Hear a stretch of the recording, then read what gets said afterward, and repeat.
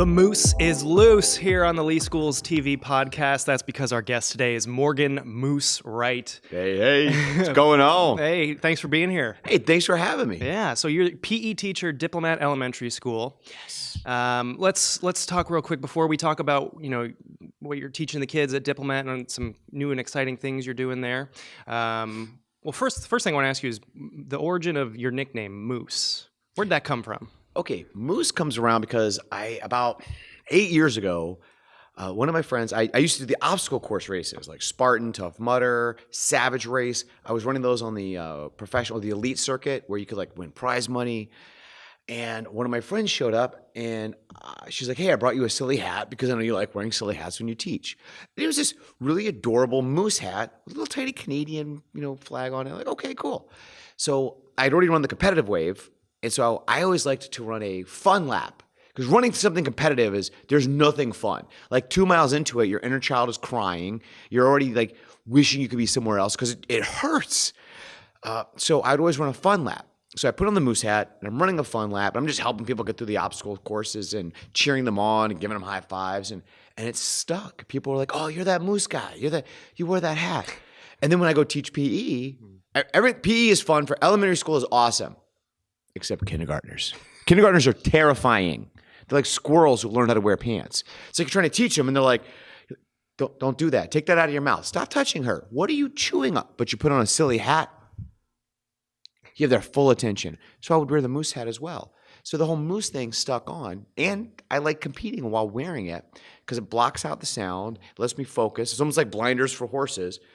And I like being silly. I compete very hard. I'm a very fierce competitor, but I'm really big on being kind. And it's okay to be humble. So it just keeps it kind of silly and makes it fun. Yeah. So you're relatively well known around town now because you've been on American Ninja Warrior. How many times now? 3 seasons now. 3 seasons, and you're hoping to get on for a 4th coming up soon. It's looking good for season 11. We're hoping. And yeah, you wear the moose hat during your runs. I absolutely do. And so how did you get started in being on American Ninja Warrior? How does one get on the show to begin with? Okay. Well, I had spent a long time kind of transitioning through various sports, and my how about real quick before for anybody who doesn't know what American Ninja Warrior is, Ninja Warrior, go ahead and explain what it is. American Ninja Warrior is a popular TV show on NBC. You should absolutely turn in over 10 million viewers. I think they Oscar nominated. It is where probably Emmy nominated. Emmy nominated. There we go. I got to keep my nomination. The nominations. I never get it right. The competitors go through an obstacle course, and you have one chance. That's it, one and done. And it's very challenging. Those who make it through the obstacle course make it onto a city finals and then later on to the Las Vegas finals. Every year they have around 64 to 68,000 people apply to be on the TV show, and they choose 500.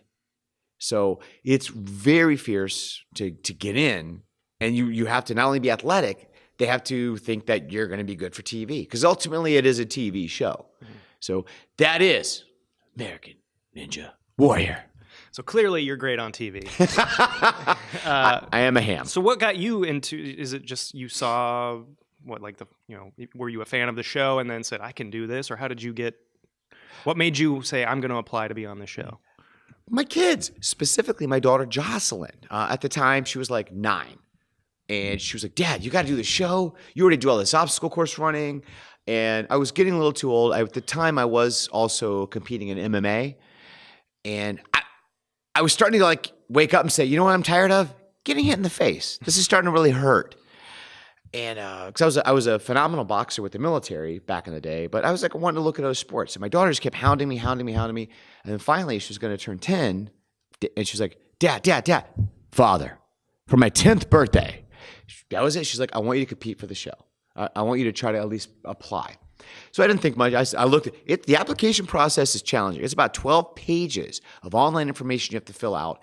Then you have to make a 3-minute-ish long video showcasing your personality and very seriously your athletic ability.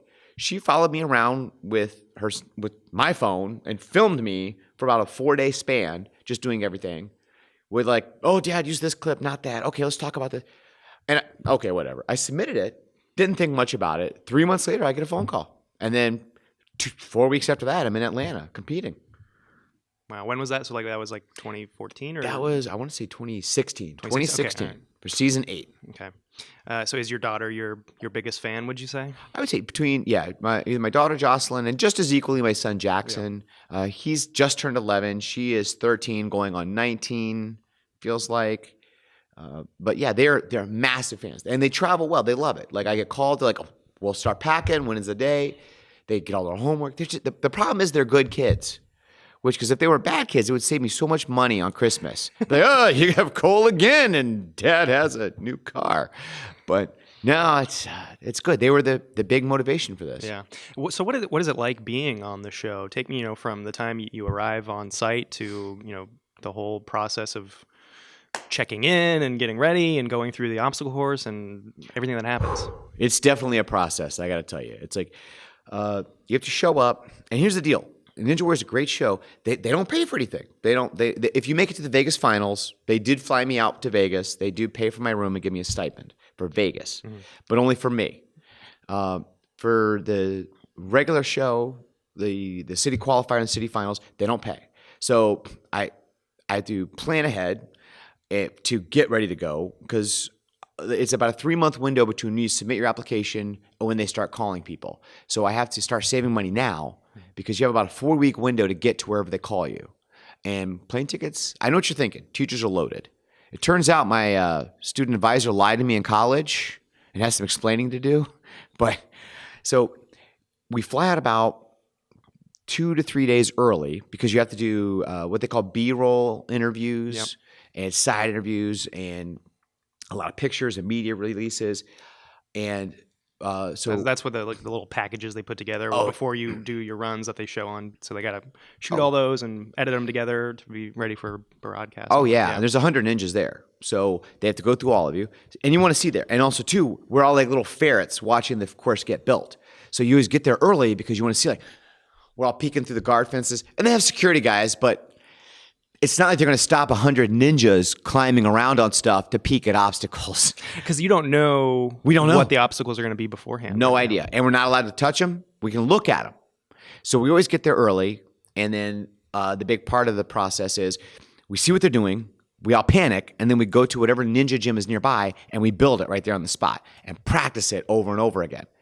Then we finally show up at around 5 o'clock that night, on actual go night, and we get walked through all the obstacles where we're watched. Somebody demonstrates, and we get to see, and we can ask any questions.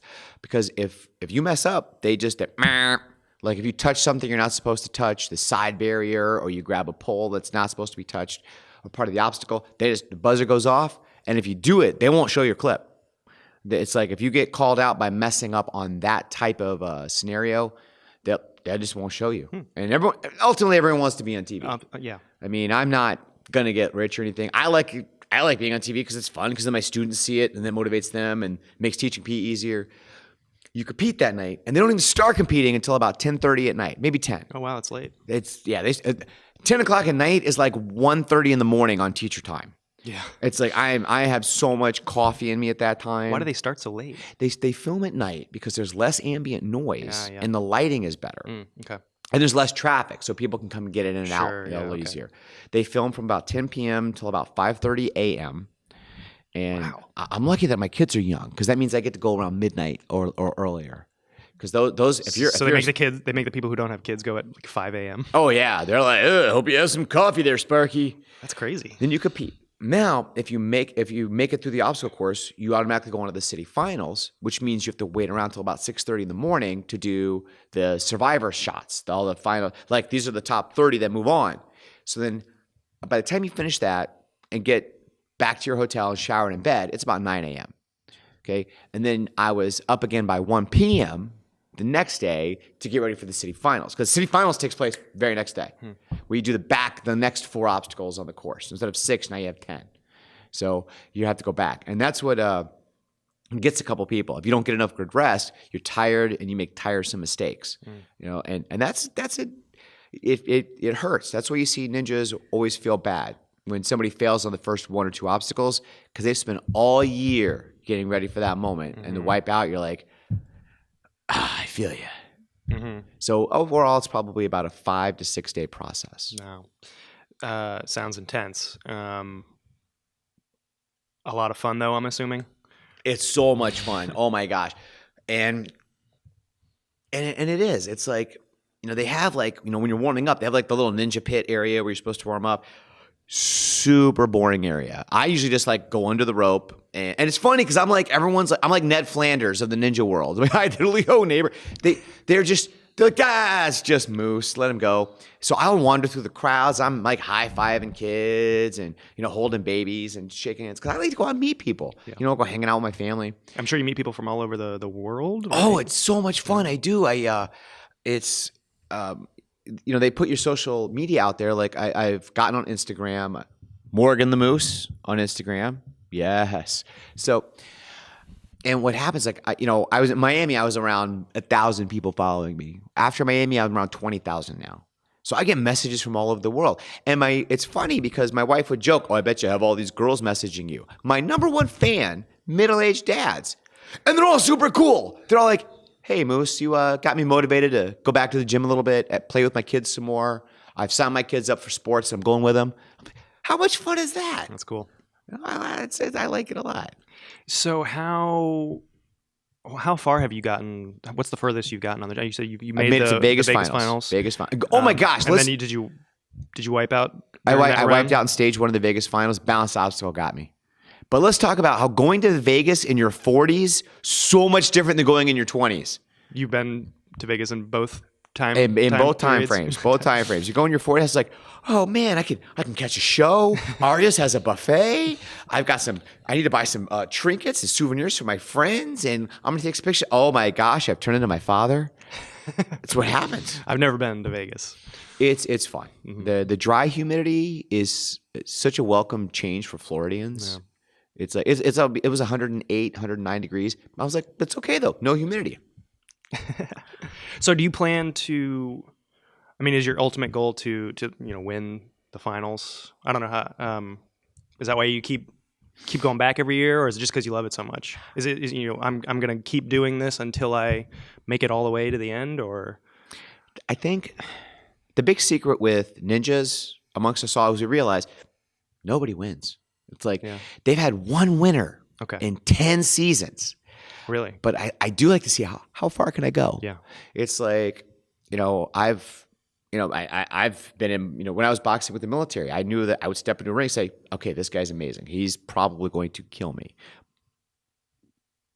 But let's see him try.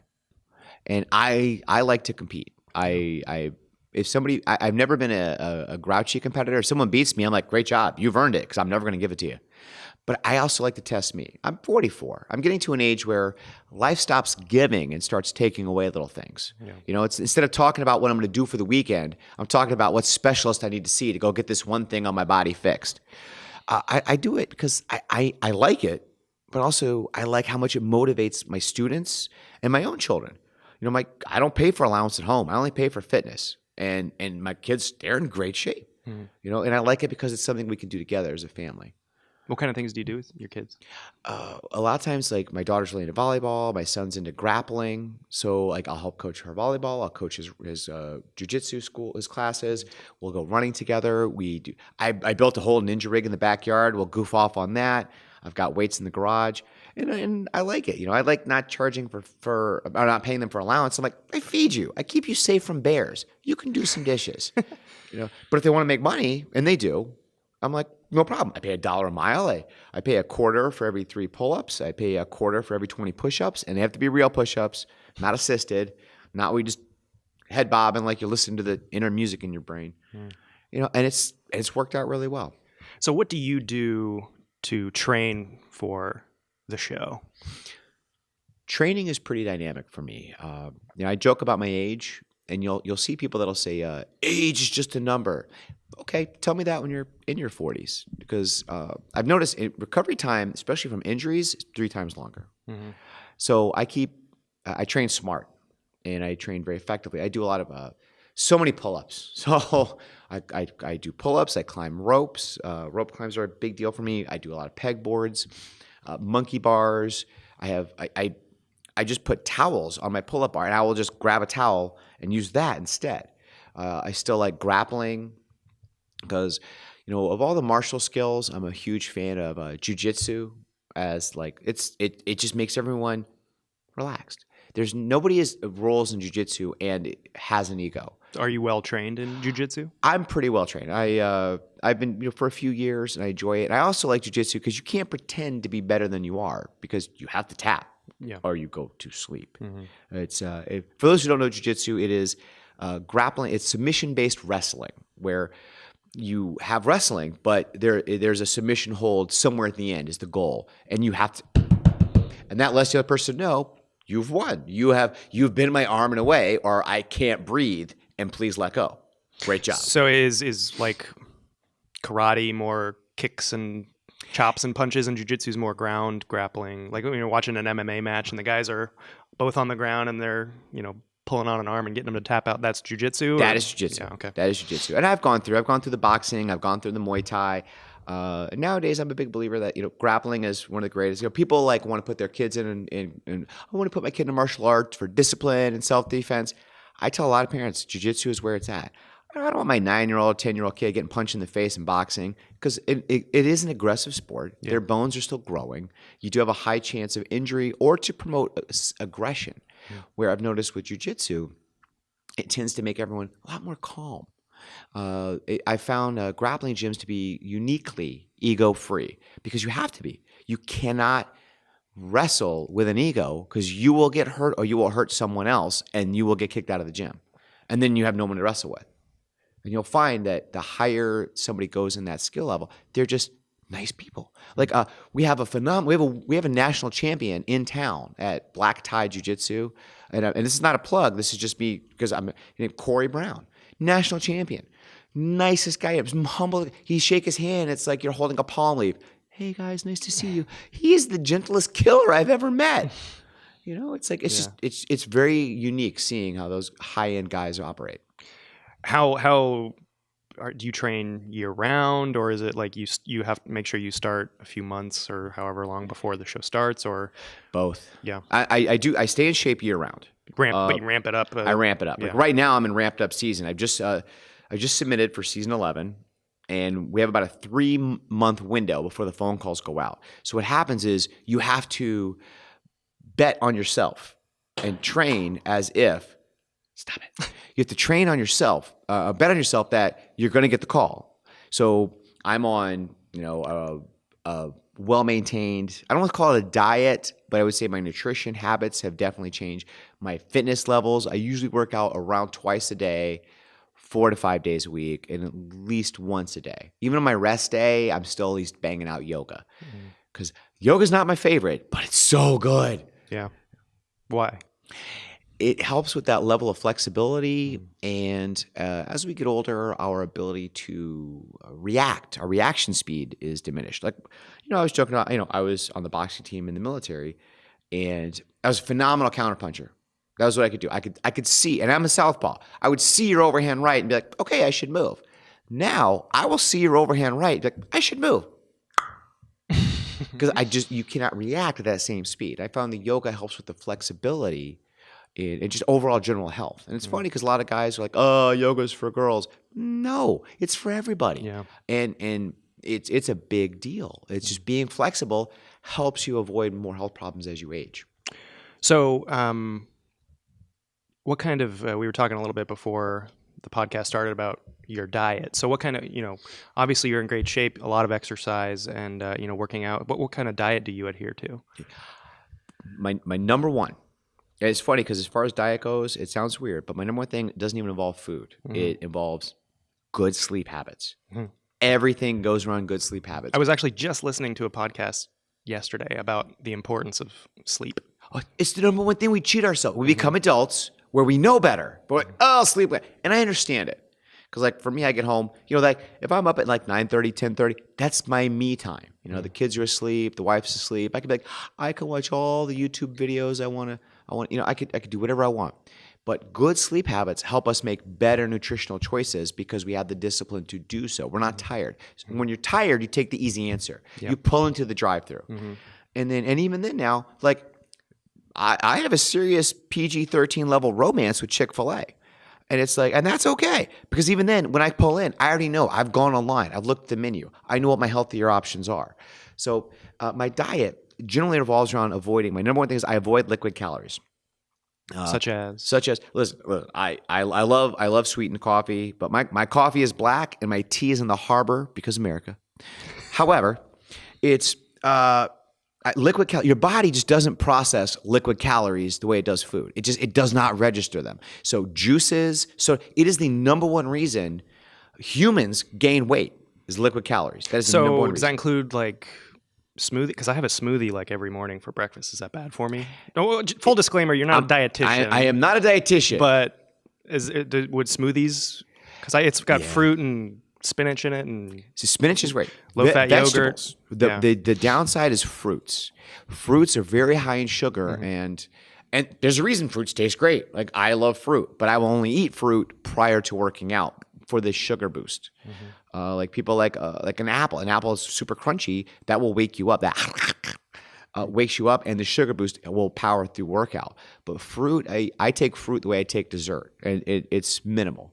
Like I'll put like 12 blueberries in my shake, and like I won't eat fruit in the morning because I don't need the sugar boost in the morning. You know, I'm up. Yeah. I will say liquid calories is probably my biggest thing. After that, I try to eat the rainbow. I try different colors on my plate with every meal, and you'll find it's. And people are like, oh, it's not that expensive to eat healthy either. You know, it's like we have Aldi's all over. I have all these great places I can buy vegetables on the cheap. You know, I can buy, fish, I can buy chicken, I can buy legumes, I can buy all these super easy, healthy things that aren't hard to cook, especially if you have a crock pot. I'll still, my wife, Lisa will throw things in the crock pot. All I know is magic happens. 8 hours later, I've got chicken chili that tastes like I'm being kissed by a unicorn on my taste buds. I'm big into making crock pot meals these days. It's taking the time. And people are like, I don't have time to cook. It's literally an investment in your health. Yeah. Of all the things you could invest in, investing in yourself is a pretty good deal. I don't do anything I do look at ways to make things streamlined. Like if I know it's going to be a busy day, I might grab a rotisserie chicken and some bagged salads, because people are eating out. A drive-through combo meal is $9 these days, maybe 10. A bagged chicken and a salad about $8. And it takes me about 40 seconds to rip out a hunk of chicken, throw it on my bagged salad. I'll walk around eating a bagged salad like chips. It's not glamorous. So no dressing on it or anything? No. I generally I do like the dressings, but normally I don't want to say I'm lazy, but I'm like, oh, it's so much work. The fridge is like 14 feet over there. Yeah. The salad's right here. You strike me as a really lazy guy. It comes across that way. So going back to sleeping, what are do you get a full 8 hours every night? You've got to be up early, I'm sure, for school. I am. A lot of it depends down to when do you feel rested. It's like people want to put a hard limit on things. Like you must drink 8 glasses of water a day.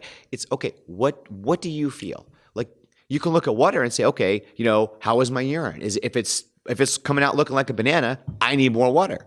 You know this. You can self-regulate.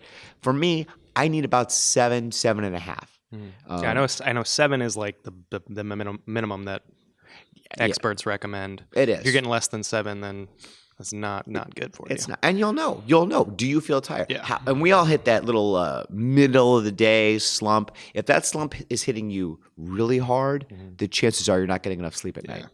And I set little routines. It's like I know, like by 10:30, I'm unwinding. I'm maybe having some sleepy time tea. I'm still feeling pretty jazzed up, and then I'll like scroll. I put my phone all the way down, the brightness all the way down. I like to scroll through the news at the end of bed, and then I'm out by 11.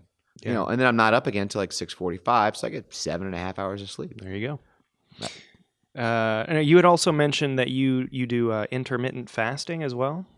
I am a big believer of intermittent fasting. So tell people what. Okay, what intermittent fasting is when you pick a period of time and you don't eat. Like for me, I generally go with an 8-hour eating window, and then I spend the next 16 hours only having liquid, not liquid calories, just like water, water or black coffee. Okay, anything without you want to avoid triggering the insulin response. Okay, so people with Diet Cokes or diet sodas with anything or that will trigger the insulin response. Now, the reason I'm a big believer in intermittent fasting is everyone loves the keto. Oh, keto diet, I'm going to lose all this weight. And it is undeniably, the keto diet is very effective on losing weight quickly. However, I have, in my personal opinion, I have seen it where it's not a sustainable way of dieting, and it's not the healthiest either. You're missing out some of your complex carbohydrates, and saying you're only going to limit yourself to 20 or 30 grams of carbohydrates a day can be not beneficial, especially depending on what you're choosing to do athletically. But with intermittent fasting, you enter a mini ketosis phase every single day. So you only eat between 12:30 and 7:30. 12:30 and 7:30. I myself. So you skip breakfast. Yeah, and it's funny because people always say breakfast is the most important meal of the day. Most important meal of the day. Mm-hmm. Baby Jesus will cry if you miss breakfast. He doesn't. I found out through extensive research. Okay. It's what happens is a couple things will happen. Like the number where they have found people have trouble intermittent fasting, they cannot survive without their cup of coffee, or they need to put things in their coffee. Yeah. I'm like, first off, drink a better quality coffee. It's like, invest in you. You could spend a couple dollars, buy yourself some real, good coffee. And I also too, I wake up, I down about 20 ounces of water. I wait about 90 minutes or so before I have coffee, because your body already produces natural enzymes to wake you up. That's what you do. When you see people like, oh, I can't wake up without coffee, when they drink coffee right away, well, that's because you've told your body that, hey, body, I don't need these enzymes to wake me up. I'm going to use this stimulant instead. And you can avoid that.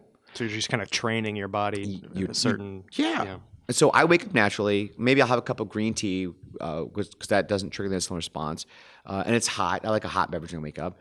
And then I get to work, because I wait till I get to work to drink coffee, because that's when you need it the most anyway. This is when I'm teaching. I want to be perky when I'm greeting my students, and the coffee also acts as an appetite suppressant.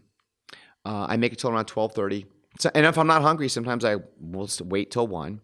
I break my fast with some bone broth, and then about an hour after that, maybe my little protein shake with all my little goodies in it. And I look forward to it. I make my protein shake. I want it to be tasty. I'm not one of those like, okay, this tastes terrible, but I'm gonna drink it because it's healthy. No, if it tastes terrible. If I'm eating like kale tastes like sadness, okay? So I hide it. I might blend it into my shake so I don't taste it. It's like, but if you do something that's legitimately not enjoyable, eventually you're not going to do it. Yeah, like I'm not can't even taste the spinach that I put in my smoothies, which is great. Okay, so moving on a little bit, I saw that you recently, I don't know how recently, but you threw out the first pitch at a Rays game. I did. That looked cool. That was a lot of fun. What was that like? All right. Now, so I already watched. Because they knew it was because you were on the show. Because I was on Ninja Warrior. Yeah. They were big on Ninja Warrior. And God, bless the Rays. I was hoping it would help them win a game. Did not occur. It's the Rays are kind of like the Bucks. They know that we're busy people. And they know that we can't afford to watch playoffs, so they make sure to lose for us every season. I really appreciate that. They're thinking of us, the fans. Hey, they did make it to the World Series that one year. They did. Listen, trust me. Everyone was like, "What just happened here?" It's like Jumanji. What year is this? It's like, and it was really fun, And there was a lot of pressure too, because I'd watched 3 different stars, even Akbar, bombing the pitch. Yeah, throwing it in the dirt, not even reaching the not catcher. reaching the plate. Yeah, so I'm getting all these messages. I'm overthrowing. I'm like throwing Angry Birds. Yeah, that's how you made it. I lobbed it in. I'm like, weird. Caught it pretty high, but it looked good. You got good form. Thank you. Yeah. I was practicing. Had another one of my teachers' buddies was he used to pitch in high school baseball, so he was helping me out beforehand. Yeah. Yeah, can't flub that. And it's fun. Watching a baseball game in person, so much better than watching it Did you get to stay and watch the game? And did they give you special seating? Got special seating. Yeah. I got to keep the ball. They gave us some Rays hats. Did you get to meet the players? Or we did. Yeah. The players came. Well, it was funny because the players were like, oh, I want to come meet the Moose guy. Because once you get half of them, they're like, I got kids. They think you're awesome, And I was like, cool. Meanwhile, my kids are like, Dad, these guys are really famous. You're nice, Dad, but these guys, they're on TV a lot. I'm like, please do. So it was fun. That's cool. Okay. So I'll get to know you a little bit more. Where are you from? Where'd you grow up originally? I was actually born in Florida. I'm third generation Floridian. Born in Gainesville. Go Gators. Go Gators. Shands Hospital. I was down here by the time I could walk and talk. Cape, like the Lee County area. And I love it. Every time I would go away with the military for like deployments or training, I always come back here. I really just love Lee County.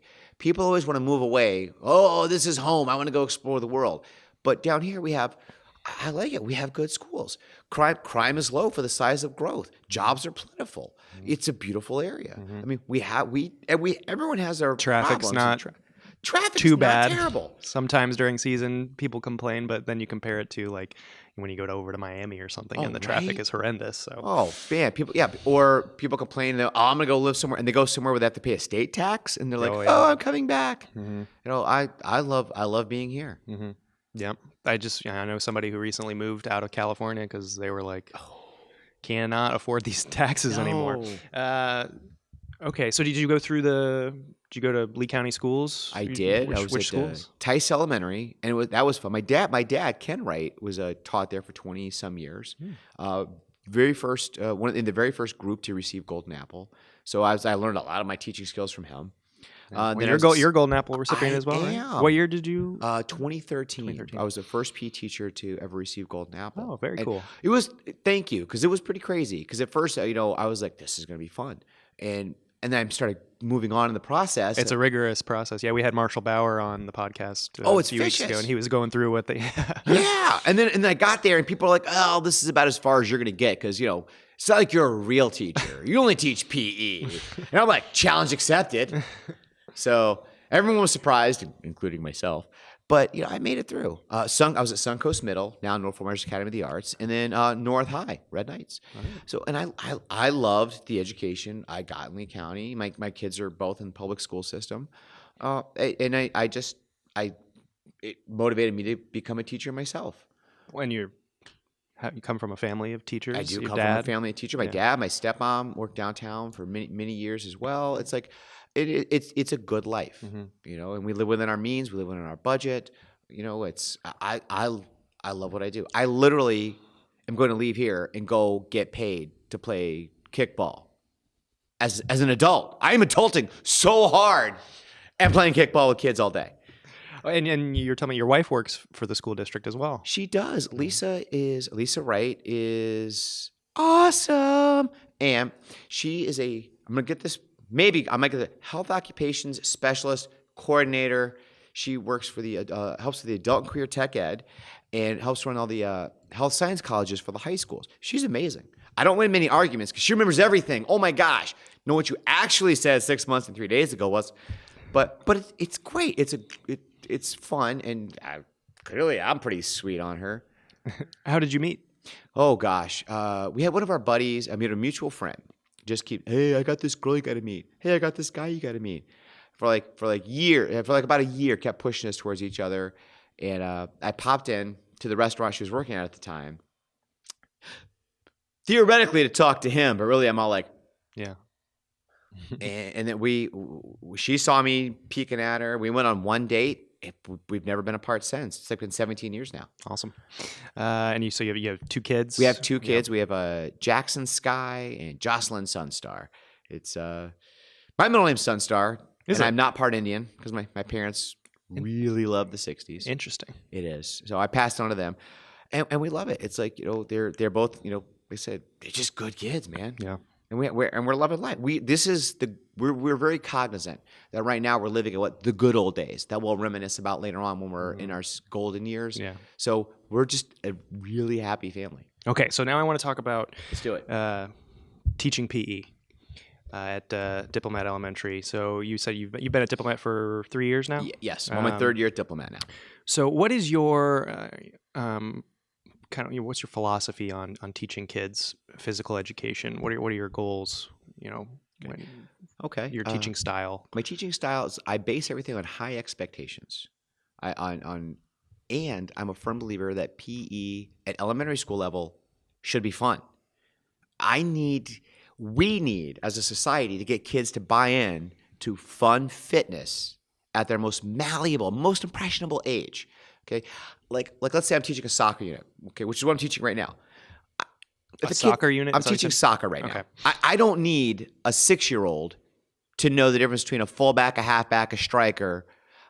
He doesn't even know that. He needs to know you're wearing a blue jersey, you kick the ball that way to the yellow jersey's goal, which is these two cones. Just get them Just to fall in love with soccer. I want them to love the sports. I want them to love, and I cover every sport, and I'm real big on covering all the Florida sports, and as well as social sports, because I cover a wide range. I want them to say, okay, this is what bowling, this is frisbee, this is volleyball. You live in one of the most sunshiny states out here, and sports, it can equate to social skills later on. Oh yeah.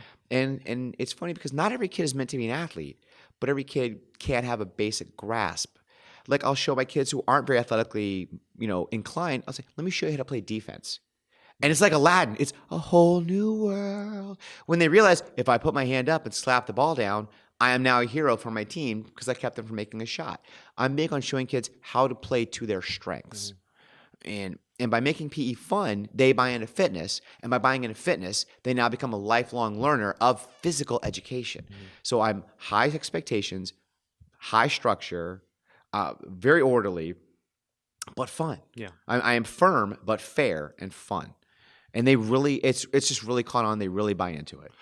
I know you mentioned that you boxed. Yes. And are into martial arts. Were you into team sports growing up? Did you have a favorite sport that you like to play? Or I did. My thing was volleyball. Yeah. Of all the things, I loved volleyball growing up, which killed me because I got to high school. There's no boys volleyball yeah, teams. it's only girls. Yeah. It's females. It is what it is. So I was always just running around. I was always going to the beach, playing at the sand, anywhere I could find a sand court. I was always just playing volleyball. That was my big thing. Yeah, volleyball's fun. Oh yeah, I would do anytime the rec center had a volleyball league. I want to go, and I loved it. That was probably my big high school sport, which is volleyball. I wasn't one of them, the big, huge, popular ones, but I loved it and I had fun with it. Yeah. So tell me about Kids Ninja Fitness. So you're taking your experience with American Ninja Warrior and kind of bringing it into the quote unquote classroom. You're outside. So what are you doing with Kids Ninja Fitness? What is that? Okay. Well, it started. I've never been a huge fan of the mandatory fitness testing that a lot of schools and districts throughout the country will mandate. And this year I became the subject area specialist for physical education. And so I really started looking at it. I really started digging in because, it's sometimes things will happen. I'll say, you have to do this. It's mandated. Okay, where? And I realized it didn't really exist. So I can't say I'm not a big believer of mandatory physical fitness because I don't need a 9-year-old who knows she can't do a pull-up to be forced to fail a pull-up in front of all of her peers. That's how supervillains are created. Want a supervillain? That's how you get a supervillain. Okay, so what I did is I said, okay, what can I do with this ninja stuff to give an incentivized reason? Because people will say, oh, kids every generation, kids these days are fill in the blank. Yeah. And I'm like, no, they're not. They're just different. They're not this, they're not that, they're just different. We want to be motivated these days. That's why you see people going to CrossFit or boxing clubs, or just, spin cycle. We want to have our fitness to be fun as adults. Why wouldn't kids? So what I did is I looked at a way to get, I sent out an email. I said, guys, we don't have to have mandatory fitness testing. You don't have to bum your kids out with this because it's not fun for the teachers. It's only fun for a handful of the students who are really, really good at it because I did good at that. But it's still not as fun as playing dodgeball. But if I made a elective-based fitness testing system based around Ninja Warrior. So what I did is I took Ninja Warrior is based on 6 stages itself. You have a city finals, city qualifier, city finals, national stages 1, 2, 3, 4. So I made 6 stages of Kids Ninja Fitness. And then I made it where it starts off like, let's say push-ups. It goes 2 push-ups for the school qualifier, 5 push-ups for the school finals. And I made little certificates that can go out with each one. And I put this all on the website, just www.kidsninjafitness.com. And I paid for all this on my own pocket. I'm like the world's brokest philanthropist right now because I'm spending all my money on this because I believe in it. And then I set it up to mirror the program. And then what I did, I started reaching out. and I talked to like the hosts of the show, Matt Eisman, Akbar, and don't ask me to pronounce his last name. And I was like, hey guys, I'm doing this. Can you help me out? And they're both like, they texted me back, absolutely, Moose. What do you need? So they made Matt made me the intro video. Akbar made me the closing video for each year. Then I started reaching out to ninjas. I've got some high profile ninjas: Jeff Harvey, Ethan Supernaut, Dougie Fresh, Jesse Graff, Maggie Thorne, Virginia McCall. I've got these like high profile ninjas that have all made me these motivational hype videos. So when I launched the program in October, I was on the morning news at my school talking about Kids Ninja Fitness, saying, hey, this is elective. You don't got to do it, but let me motivate you to try. And then they watched a 90-second video of Matt Eisman, the host of the show, cheering them on. That's so cool. When PE stopped, I was a stampede because I do it on choice day. So I had kids. I've never seen so many kids just ecstatic to fail trying a pull-up. And I had a kid fail like 13, 14 times. She got right back in line to try again. And that's what I want. Because adults will try something a few times, like, I can't do it. Oh, well, I tried. A kid will fail. You go to Sky Zone, you'll see a kid fail the warped wall all day long. They'll get in line for that 42nd time and try again, because this time could be it. Mm-hmm. And now once a month, I show a video in the morning news of a ninja motivating them for that next level, saying, okay, you've got this. And when you see like Jesse Graff come on the morning news for 1,000 students to motivate them, they love it. And I've been tirelessly trying to push this out nationwide. I'm in about 44, 45 schools nationwide already right now, just on my very first year. Wow. And well, it's the big thing is it's free, and I'm like, just please, just look at it. And I've made the website as user-friendly as possible. So, and it's a malleable program. So PE teachers can test whatever they have access to. I have monkey bars, a pull-up bar, a track. So I have a couple of things. Other PE teachers might not have monkey bars. So they can say, okay, we're going to test planks in that. We're going to do a mile run or a timed run. So I love by making it a malleable program, it gets PE teachers more into wanting to buy into the program. Because once again, it makes PE more fun. And right now, even being an elective, I'm at roughly an 84% participation rate at my own school. So the vast majority of my students at least try and have succeeded. Yeah. So is there do they graduate from the program, or the different steps? You said there's like different stages. I do have different stages, yes. So and when how does it work? Like, okay. Once it is I gate it. I made a gated program, and that's a great question. I gate the program so like when I started in October, they could only qualify they could only do the school qualifier, which is, let's say, well, I'll take push-ups, 2 push-ups, okay? And a lot of kids could do 2 legit push-ups. And if they did, they got a little quarter-page certificate saying, okay, you graduated, here's your certificate for a city qualifier, great, or school qualifier, great job. And those who can't, they can still practice push-ups all year long. I can have a kid walk up to me in April or May, finally get 2 push-ups, and earn that certificate. So they can see long-term growth. They can make, even though it might be a short-term goal for somebody, it's a long-term goal for somebody else, and they can still feel that reward. Then I didn't want a kid to show up and bang out 40 push-ups at once and be like, woo, stage 4, I'm going to Vegas, and then sit on the couch for the rest of the year eating Takis. So, and then they have to maintain that fitness all year long. Now in April, when I get to the final stage, stage 4, that group who does make it, it gets bigger. They make it to the city qualifier or city finals, or stages 1, 2, and 3 of the national finals. They now get half-page certificates. They make it to the stage 4. They get a full-page color certificate. Sometimes I have like some ninja friends that they'll actually phone call in. I will pull up my Facebook on a smart board, and they'll have an interactive talk with another real ninja. Because I don't count. I'm only coach. I don't count as a real ninja. But they see another ninja talking to them, congratulating those who have made it to stage 4.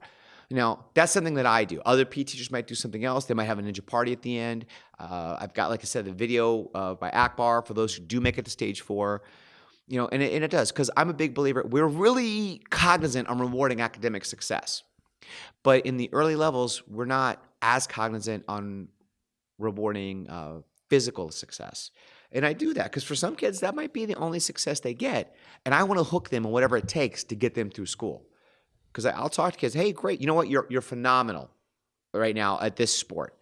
But if you want to play this in high school, your grades need to be here. Yeah. Because I'm real big on following kids through their grades. And you're finding, so you've only been doing it for a year now, and you're finding that the kids really enjoy it. They love it. Like, and I do it on their choice day. So I love that they, instead of like running around the playground or playing kickball or running over there and playing soccer or jumping rope, they're like, no, I'm going to stand in this line and do planks with you and do push-ups and do pull-ups. So they're electing to do something that's going to be physically challenging because they want to. And not only is it for them, but they're really embracing the ninja spirit. You watch Ninja Warrior, you'll see ninjas are always cheering each other on. Because it's not ninja versus ninja, it's ninjas versus the course. It's no longer, it's gotten rid of that competitive aspect. Children are viewing this, that they're only competing against the challenge itself and not each other. They're screaming, they're clapping, they're cheering each other on. If somebody says, good try, Timmy. Somebody does make it, Alicia, you made it great. What is it like for you to see the excitement in your students for this type of program? I don't want to say not quite vindication, but like it feels it's literally what success feels like. It's motivation.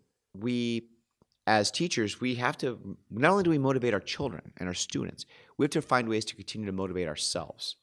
There's a reason, we lose a lot of teachers in the first 5 years of teaching. Self-motivation can be challenging. And a lot of teachers find the best way to motivate themselves is to continually reinvent themselves. This is my version of reinventing myself, because physical education is challenging to teach. We have to be the cheerleader of the school every day.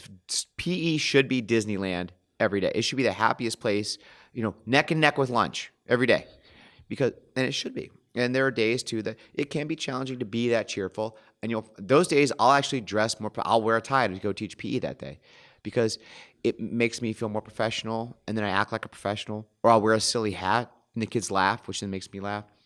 But seeing that level of success, it makes me feel that I'm doing the right thing. I'm getting them. They are motivated towards their own physical success. I'm a firm believer that in this day and age, a strong mind needs a strong body to find that optimal level of success. Well, I mean, I think there's data that, the more physically fit you are, the higher functioning your brain is. Oh, absolutely. Yeah. And it also provides you a well-rounded life. I mean, we all know like you're saying, we all know you're stressed, you should probably exercise. Exercise will help with stress reduction. No one ever finished a workout and said, oh man, boy, was that a waste of time. We don't do that. We're like, okay, that hurt my soul. Everything is crying right now, especially leg day. But you feel better as a person because you just spent time investing in you. What's the website for people who want to check it out? The Kids Ninja. www.kidsninjafitness.com. Don't show your kids. Let them earn it. But if you do have a PE teacher friend anywhere, or a teacher friend anywhere, send it the link. Okay, it's very smoothly, very well written out. I have everything on there. It's got a blog on there as well. It's got an email if you have any questions. Like I said, it's a labor of love. I run it just by myself, but I believe in it. And when you have the passion of believing in something, you'll spend the time on it. All right. Are you ready for 5 questions? I'm ready for 5 questions. Okay. All right. Here we go. This is something new we're doing, so you're the first one to go through this. All right. So, yes! Question number 1: what is your favorite book or author? My favorite book or author? Okay, I'm gonna go with Motivation 2.0 by Daniel Pink. Okay. Which is going to be an odd choice. All right. We've spent many years with the carrot and stick approach for motivation. You do this, I'll give you this bonus, right? And that's worked. That still does work. We do that with kids. Oh, you get an A on this test, you get a sticker or a prize or a Friday's fun day. We age out of that, though. I would like to think that we get to a certain age where once we start a career, and let's say we take money off the table, a lot of times we want control. We want control of our own daily destiny. Okay, like you've seen some companies start being proactive about this. Let's take Google. You can You can go in, you can set your own hours. You could choose to work remotely from home. You could choose to go in. Here's your work quota. You get to it the way you want. Okay? And that does work. Like you set puzzles in a room for kids and say, well, that's there. Okay? You give the kids a puzzle. After a while, they just want to solve it because it's there. They felt the motivation because they chose to do that in their own free time. And they felt the success, or perhaps the frustration of not getting it. But finding a way to build intrinsic motivation instead of extrinsic motivation is a big deal. I would do that with toy drives. I would tell children they could bring in any gently used toy during Christmas times, and I'll say, and they'll, oh, what do I get for it? Nothing. You know what you get? I'm going to be donating all these toys. There's a couple of battered shelters and foster homes that I would deliver the toys to. And these toys are going to go out to these places because not only will they be used for Christmas, but they'll be used all year long. But you get nothing for it, just knowing you helped somebody who's not in a good place with you. I was loading boxes on boxes. I needed to get help to transfer it because the kids found a way that it intrinsically motivated them to want to help. So Daniel Pink, Motivation 2.0, I found it to be a very relevant help professionally for teachers and a really good read. Cool. All right. Question number 2. What's your favorite movie? My favorite movie. Okay, let's see. My favorite guy movie of all time would be the 90s diamond heist Snatch. Brad Pitt, Guy Ritchie. I've seen it a long time ago. Don't remember it that well. Man, it's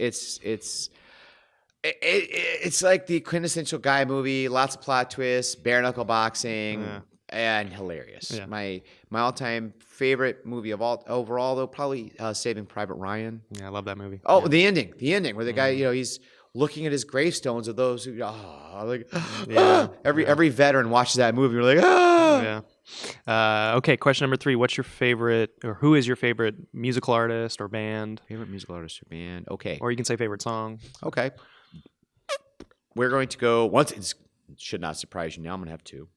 I think Fiona Apple from the 90s is probably my favorite lyricist. Female, phenomenal voice, and great just pick the way she would write her songs. And her music very, very fun to listen to. My favorite performer right now probably be Macklemore.